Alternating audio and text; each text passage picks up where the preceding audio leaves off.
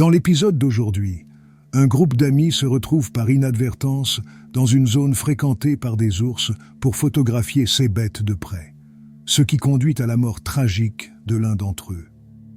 Sa caméra a été endommagée, mais les images ont pu être sauvées et montrent ces derniers moments terrifiants. Si vous aimez la vidéo, n'oubliez pas de liker et de vous abonner. C'est la terrible attaque d'ours sur Darsh Patel. Bienvenue à Ferocefin.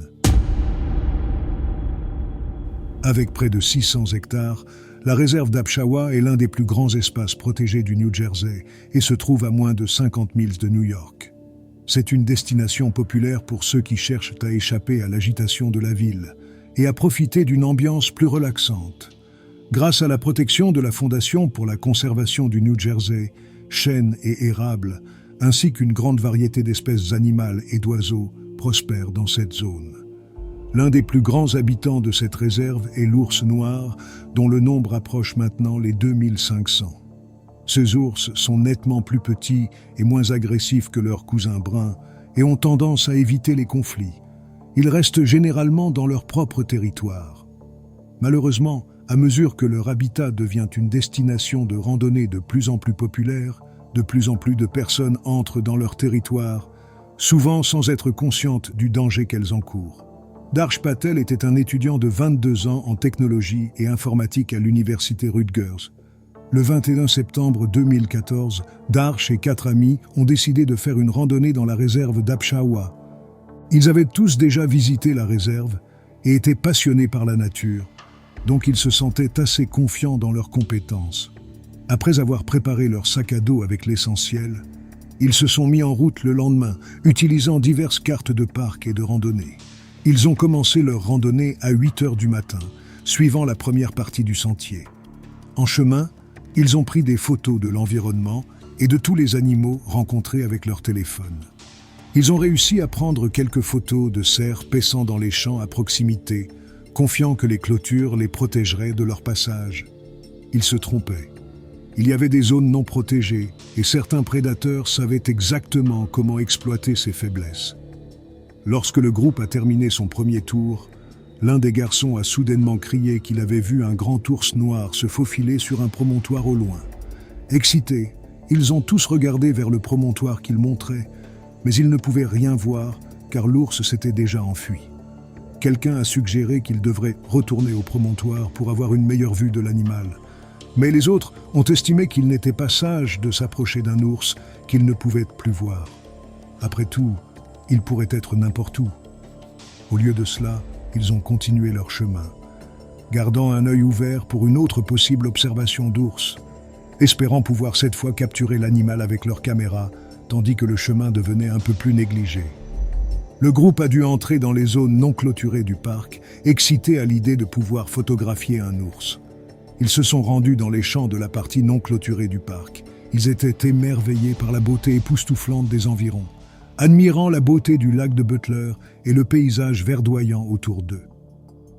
Après avoir marché environ 7 heures, ils décidèrent de faire une courte pause. Ils repensèrent à leur plan et décidèrent de continuer vers le sentier de liaison, qui était en grande partie non clôturé.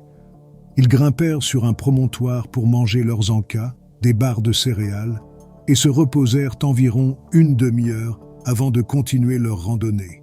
Soudain, Darsh aperçut l'ours noir que son ami avait vu précédemment. Cette fois, il était beaucoup plus proche et le fixait droit dans les yeux. Darsh se figea, regardant en retour l'ours de 136 kg qu'il examinait de haut en bas.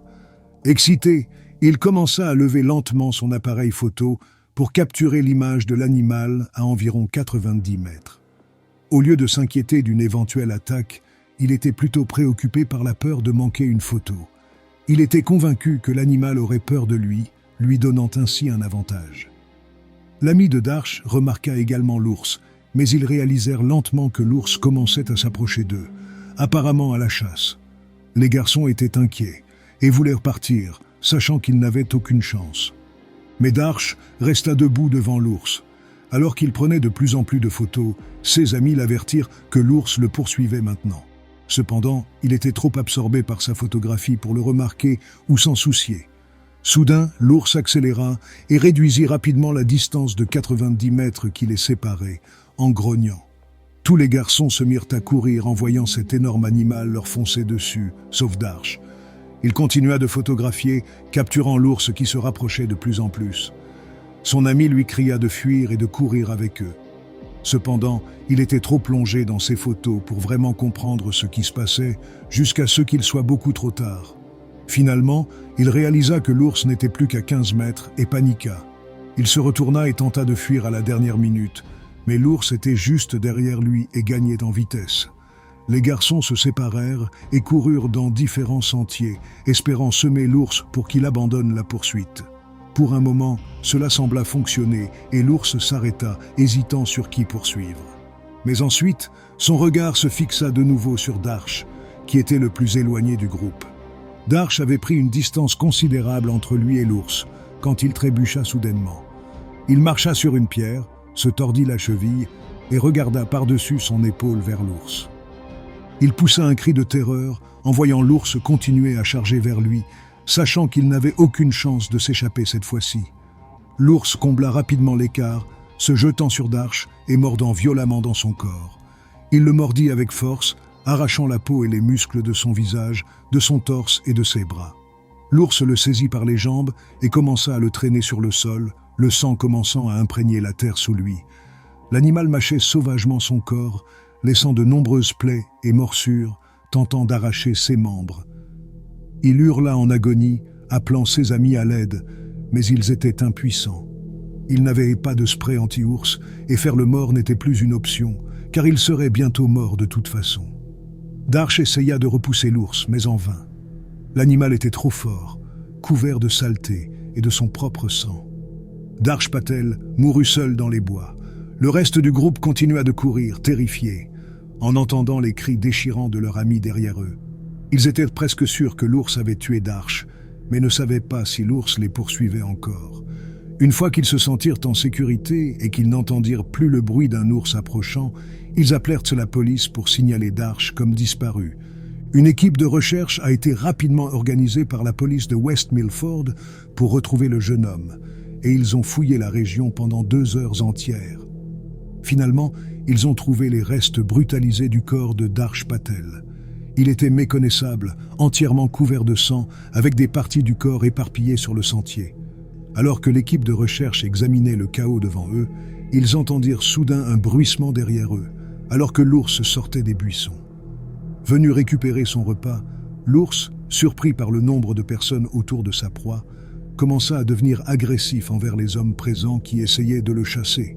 Les cris de l'équipe de recherche n'ont fait qu'exciter davantage l'animal. Finalement, pour protéger tout le monde, ils abattirent l'animal sauvage, mettant fin à son règne de terreur.